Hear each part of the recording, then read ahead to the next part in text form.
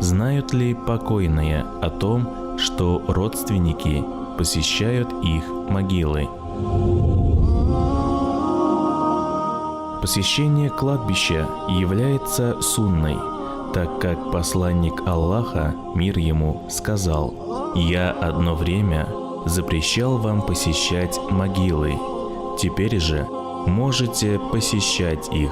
Это напомнит вам о вечности».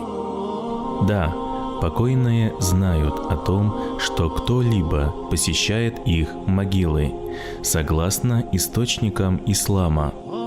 Кроме того, они способны слышать наши приветствия и отвечать на них, получать пользу от вашего дуа и праведных дел.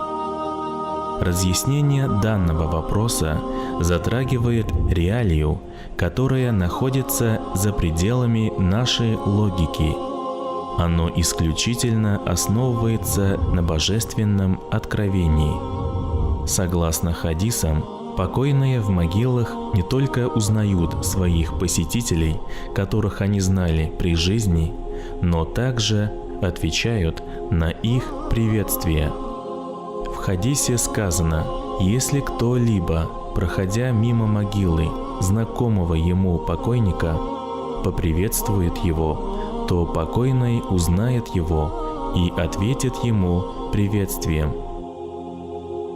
Пророк Мухаммад, мир ему, предписал мусульманам посещать могилы своих родственников и друзей, приветствовать их и посвящать им дуа. Такое предписание существует для того, чтобы мы не забывали о них после смерти. Посещая их могилы, мы возобновляем свои отношения с ними, взываем к милости Аллаха к ним и напоминаем себе о главном предназначении нашей жизни. В хадисе сказано: когда какой-нибудь мусульманин проходит мимо могилы своего брата по вере, с которым он был знаком в мирской жизни, и приветствует его, Аллах возвращает душу умершего человека в тело, и он отвечает на приветствие своего брата. Очевидно из этих хадисов, что покойный знает о посетителе могилы, так как нам предписано приветствовать его, и религия не предписывает приветствовать того, кто не слышит его. Пророк Мухаммад, мир ему, велел приветствовать при посещении могил умершего следующими словами: «Скажи: приветствуем вас, обитатели этих мест, из числа верующих и мусульман, и пусть Аллах смилуется над предшественниками и запоздалыми, и мы по воле Аллаха присоединимся к вам.